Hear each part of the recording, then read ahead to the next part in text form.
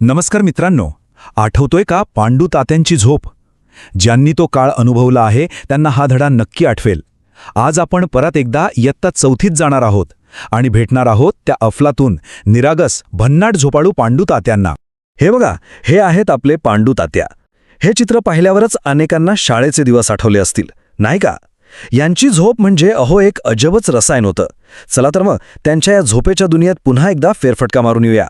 पांडू तात्या म्हणजे खरं तर आमचे एक जीवलग मित्रच, पण त्यांच्या झोपेचा जो प्रकार होता ना, तो एकदमच निराळा. म्हणजे आपण कसं टेकून बसल्यावर डुलकी घेतो किंवा आवाजाने पटकन जाग येते, तसलं काही त्यांच्या बाबतीत कधीच घडलं नाही. त्यांची झोप म्हणजे एकदम पक्की.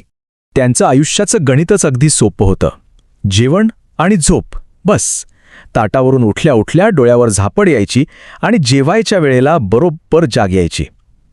कधी जास्त जेवल्यामुळे झोप मोड झाली किंवा जास्त झोपल्यामुळे भूक मेली, असं त्यांच्या आयुष्यात कधीच झालं नाही. आणि त्यांचं घोरणं, त्यांच्या घोरण्याने इतरांची झोप जायची, पण गंमत म्हणजे त्यांच्या स्वतःच्या घोरण्याने त्यांची झोप कधीच मोडली नाही. आता याला काय म्हणायचं? खरंच एक अजब रसायन.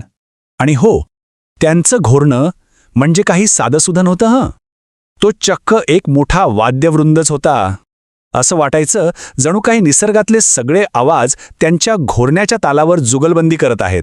म्हणजे विचार करा, त्यांच्या घोरण्याचा स्वर इतका मोठा असायचा की त्यापुढे कुत्र्यांचं भुंकणं, रात्री गस्त घालणाऱ्याची जागते राहूची साद, घरातल्या भांड्यांचा आवाज, माणसांचं बोलणं, सगळं काही हरवून जायचं. आणि हे वाक्य तर सगळ्यात भारी आहे. त्यांच्या घोरण्यापुढे मोठमोठ्या गवयांच्या पहाडी आवाजाचं तेज सुद्धा कमी पडायचं. आता बोला, काय ताकद असेल नाही का त्या घोरण्यात? आता त्यांच्या झोपेचा एक असाच भन्नाट किस्सा आहे का? हा किस्सा घडला होता कल्याण स्टेशनवर, जेव्हा पांडू तात्यांना मुंबईहून पुण्याला जायचं होतं. झालं असं की तात्या गाडीची वाट बघत होते आणि बघता बघता त्यांच्या डोळ्यादेखत 3 गाड्या निघून गेल्या.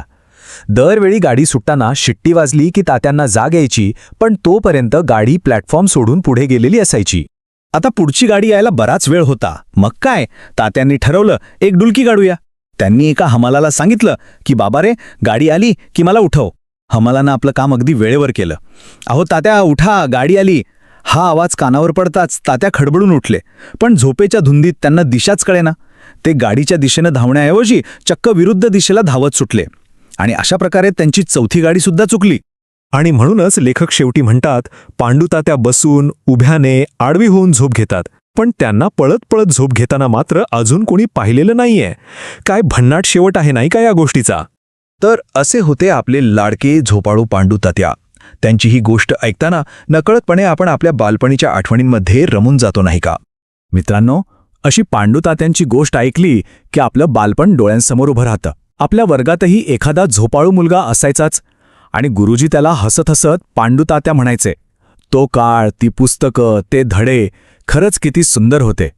मग आठवण सांगा बरं, तुमच्या वर्गातही असा एखादा पांडू तात्या होता का, ज्याला वर्गात बसल्या बसल्या डुलकी लागायची? की गुरुजी तुम्हालाच पांडू तात्या म्हणायचे?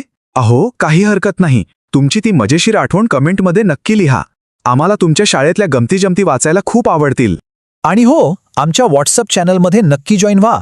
स्क्रीनवर दिसणारा बारकोड किंवा QR कोड स्कॅन करा आणि बालपणीच्या अशाच आणखी आठवणींसाठी आमच्यासोबत जोडलेले रहा.